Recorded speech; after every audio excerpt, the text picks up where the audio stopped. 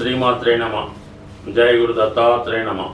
ఈ వీడియోలో మనం మకర రాశి వారికి ఫిబ్రవరి 16 నుంచి 22 మధ్యలో జరగబోయే వార ఫలాలు పరిశీలించినప్పుడు మరి మకర రాశి వారికి ఫేవర్గా ఉన్నటువంటి గ్రహాలు 6వ స్థానంలో కుజగ్రహం, 3వ స్థానంలో రాహు, దాంతోపాటు శుక్రుడు. 6లో ఉన్నటువంటి కుజుడు శత్రువులపై విజయాన్ని, ఇంటర్వ్యూల్లో సక్సెస్ని రావడం జరుగుతూ ఉంటుంది. ఎవరైతే ముఖ్యంగా విద్యార్థులు ఏదైనా చిన్నపాటి ఉద్యోగానికి కానీ ఇంటర్వ్యూకి కానీ అటెండ్ అవుతుంటే వారి యొక్క శ్రమకు తగిన ప్రతిఫలం ఈ సమయంలో రావడం జరుగుతూ ఉంటుంది. భూములు, స్థిరాస్తుల మీద ఉన్నటువంటి వ్యవహారాలు, అన్నదమ్ములతో ఉన్నటువంటి ఆస్తి తగాదాలకు సంబంధించిన విషయాలు, రుణదాతల ఒత్తిడి, ఇవన్నీ కూడా వాటి నుంచి మీరు బయటపడే అవకాశం ఉన్నది. అంటే మీకు వచ్చినటువంటి ధనంతో రుణాన్ని తీర్చివేయడం జరుగుతుంది. మీరు ఏదైనా ఒక ఆస్తి ఇతరుల ఆధీనంలో ఉంటే దాన్ని స్వాధీనం చేసుకోవడం జరుగుతూ ఉంటుంది. మొత్తం మీద ఏదైనా కోర్టు వ్యవహారాలు మీకు అనుకూలంగా రావడం జరుగుతుంది. ఇక 6లో ఉన్నటువంటి కుజుడు అటు 12వ స్థానాన్ని వీక్షిస్తూ ఉంటాడు, 9వ స్థానాన్ని కూడా వీక్షిస్తూ ఉంటాడు. ఈ కారణం వల్ల మీరు ఏదైనా మీ బంధువులకు సంబంధించినటువంటి భూమి కానీ స్థిరాస్తి కానీ కొనుక్కునే ప్రయత్నం జరిగే అవకాశం ఉంది. లేదంటే ఇంతవరకు మీ పెద్దల ద్వారా వచ్చినటువంటి ఆస్తి ఏమైనా మీరు పంచుకోకుండా ఉంటే మీ వాటా మీకు మారడానికి కూడా ఇది అనుకూలించే అవకాశం ఉంది. ఏదైనా మీ పేరు మీద ఒక స్థలమో భూమో ఇల్లో ఈ సమయంలో ఏర్పడడం జరుగుతుంది. అదేవిధంగా మీరు ఏదైనా స్థిరాస్తి మీద పెట్టుబడి పెడతారు. మొత్తం మీద ఏంటంటే చాలా వరకు ఈ ఆస్తి భూమి విషయాల్లో చాలా ఫేవర్గా ఉండే అవకాశం ఉన్నది. ఇక దశమాధిపతి శుక్రుడు 3వ స్థానంలో ఉంటూ రాహుతో కలిసి ఉండడం వలన వృత్తిలో ముఖ్యంగా సాఫ్ట్వేర్ రంగం, సినిమా, మీడియా, టీవీ, యూట్యూబ్ రంగాల్లో ఉన్నవారికి కొత్త అవకాశాలు రావడం జరుగుతూ ఉంటుంది. వారు కూడా వారిలో ఉన్నటువంటి నైపుణ్యాన్ని కొత్తగా ప్రజెంట్ చేస్తారు.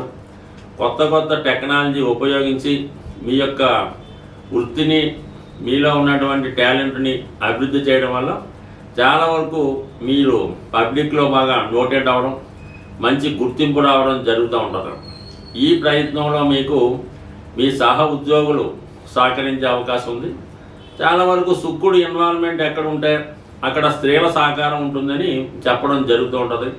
ఇక స్త్రీల సహకారం అన్నపోతులకి చాలామందికి ఏదో ఎఫ్ఐఆర్లు, లవ్ ఎఫ్ఐఆర్లు, ఇతర స్త్రీలు వాళ్ళ ద్వారా ధనం అనుకుంటారు తప్ప స్త్రీ అన్నప్పుడు అది మీ అమ్మగారు అవ్వచ్చు, అక్కగారు అవ్వచ్చు, వదిన అవ్వచ్చు, మీ కుమార్తె అవ్వచ్చు, లేదంటే మీ మనవరాలు కూడా అవ్వచ్చు. వాళ్ళు మీకు ఏదో ప్రోత్సహించి మీకు ఏదో సహకరిస్తూ ఉంటారు. కేవలం మీరు ఏదో ఇబ్బందుల్లో ఉంటే మీకు సమయానికి ఏదో సేవ చేసినా కూడా దాన్ని ఏదో వేరే విధంగా చిత్రీకరించకుండా మొత్తం మీద ఆత్మీయుల యొక్క అభిమానాన్ని చూడకుంటారు. వారి యొక్క సహాయం అందుతుంది.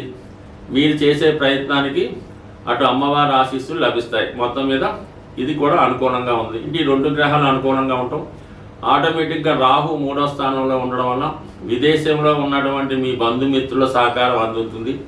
ఒక శుభవార్త మీకు ఆనందాన్ని కలిగించే అవకాశం ఉంది. ఇక భాగ్యంలో ఉన్నటువంటి కేతువు దైవ చింతన, భక్తి పెరుగుతుంది. గొప్ప ఆధ్యాత్మికవేత్తలు కానీ బాగా అనుభవం కలిగినటువంటి గురువులు కానీ మీకు తారసపడతారు. అంటే మీరు వారిని సంప్రదించి వారి యొక్క ఆశీస్సులతో వారు చూపిన మార్గంలో నడటం వల్ల ప్రస్తుతం మీకు ఉన్నటువంటి సమస్యల నుంచి చాలా వరకు బయటపడతారు.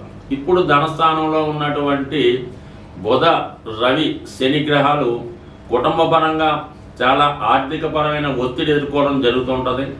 కుటుంబంలో మీ మాటకి ఇంచుమించుగా విలువైతే ఉండదు. ఇతరుల పెత్తనం మీ కుటుంబం మీద ఉంటుంది.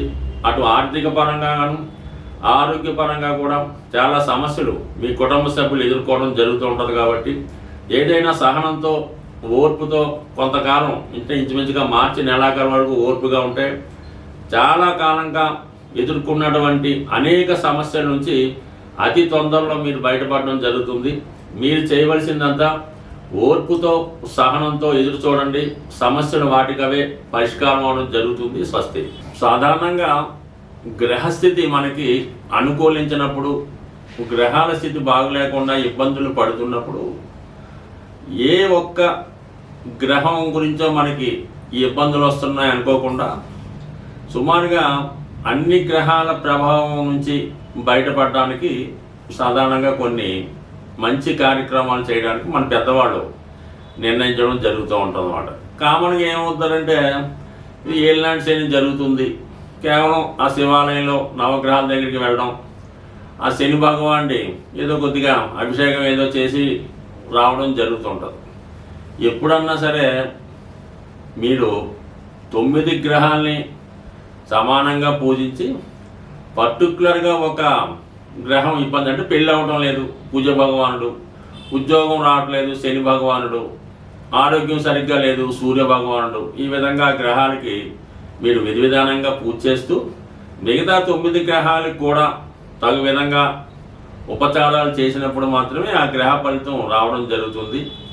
ఏ ఒక్క గ్రహాన్ని నెగ్లెక్ట్ చేసినా కూడా మిగతా గ్రహాల ప్రభావం ఖచ్చితంగా మీ మీద పడుతుంది. కాబట్టి వీటన్నిటికీ బదులుగా ప్రతి నెల కొన్ని పండగ లాంటివి రావడం జరుగుతూ ఉంటుంది.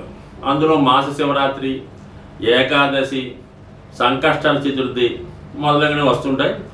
అవి విధి విధానంగా ఫాలో అవ్వడం వల్ల ఏ గ్రహాలు అన్ని గ్రహాలు కూడా మీకు సమానమైనటువంటి ఫలితాన్ని ఇవ్వడం జరుగుతూ ఉంటుంది. మరి ఇప్పుడు మనకి ఈ వారం ప్రారంభంలో 16వ తారీఖున వస్తున్నటువంటి ఈ సంకష్టాల చతుర్థి రోజు విఘ్నేశ్వరుడి యొక్క అభయం ఉంటే, విఘ్నేశ్వరుడి యొక్క అనుగ్రహం ఉంటే సమస్త గ్రహాలు అనుకూలించాలని ఈ శివపార్వతులు మరి విఘ్నేశ్వరుడికి ఇచ్చినటువంటి వరం. కాబట్టి ఈ సంకష్టాల చతుర్థి పూజ చేయకుండా మీరు మాస శివరాత్రి చేసిన ఫలితం ఉండదు, ఏకాదశి చేసిన ఫలితం ఉండదు, మహాశివరాత్రి అన్న ఫలితం ఉండదు. అందుకని ముందుగా మరి ఈ నెలలో వస్తున్నటువంటి మహాశివరాత్రి యొక్క పుణ్యఫలం మీకు సంపూర్ణంగా దక్కాలంటే రేపు వచ్చినటువంటి సంకష్టాల చతుర్థి రోజు విఘ్నేశ్వరుడు యొక్క అనుగ్రహం కోసం వీలైనంత వరకు మీరు సొంతంగా కూడా చక్కగా వినాయకుడి ఫోటో ముందు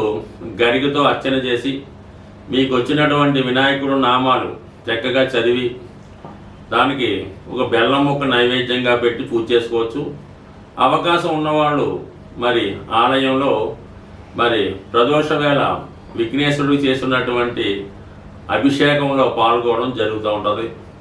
ఎవరైతే సౌభాగ్యం కోసం ప్రయత్నం చేస్తున్నారో, పెళ్లి కోసం ప్రయత్నం చేస్తున్నారో వాళ్ళు మరి స్వామివారికి గంధం నీళ్ళతో కానీ పశువు నీళ్ళతో కానీ అభిషేకం చేయడం వల్ల, మరి ధనం కోసం ప్రయత్నం చేస్తున్న వారు చెరుకు రసంతో కానీ పాలతో కానీ తేనెతో కానీ అభిషేకం చేయడం వల్ల, మరి ముఖ్యంగా ఆరోగ్యం కోసం చేస్తున్నవారు ఇప్పుడు వస్తున్నటువంటి నలుపు రంగు ద్రాక్ష పండ్లు రసంగా చేసి వాటిని అభిషేకంగా చేయడం వల్ల కానీ, ఏదైనా ప్రతి అభిషేకానికి ఒక ప్రత్యేకమైన ఫలితం ఉంటుంది. ఏదైనా ఇందులో భక్తి ఇంపార్టెంటు. చక్కగా మరి సంకష్టాల చతుర్థి రోజు సాయంకాలం పూట అభిషేకంలో పాల్గొని చక్కగా స్వామివారిని ఆశీర్వచనాలు పొంది ఇంచుమించుగా రోజంతా కూడా చాలా నియమంగా ఉండడం వల్ల మరి యొక్క ఆయన అనుగ్రహం ఖచ్చితంగా పొందుతారు. దీని తర్వాత వచ్చే మహాశివరాత్రి రోజు మీరు ఏదైనా ఒక టెంపుల్లో ఎక్కడన్నా సరే ఒక శివలింగాన్ని దర్శించుకొని ఆ స్వామికి విధి విధానంగా అభిషేకం చేసుకోవడం వల్ల దర్శనం మాత్రం చేత కేవలం చిన్న నామంతో సంతృప్తి చెందినటువంటి గొప్ప దైవం. మరి రెండు కూడా ఈ నెలలో మీకు ఈ గ్రహ దోషాల నుంచి బయటపడడానికి ఉపయోగపడుతున్నాయి. కాబట్టి చేసుకున్న వాళ్ళకి చేసుకున్నంత ఏదైనా భక్తి శ్రద్ధ ఇంపార్టెంటు. బట్ ఏదైనా చక్కగా దైవానుగ్రహం పొందాలంటే ఈ మాఘమాసం మించింది లేదు, అందులో మహాశివరాత్రి మించింది లేదు. అందుకే జన్మానికి ఒక శివరాత్రి అంటే ఏంటి అర్థం?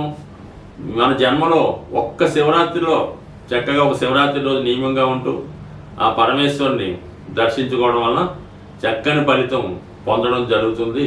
స్వస్తి.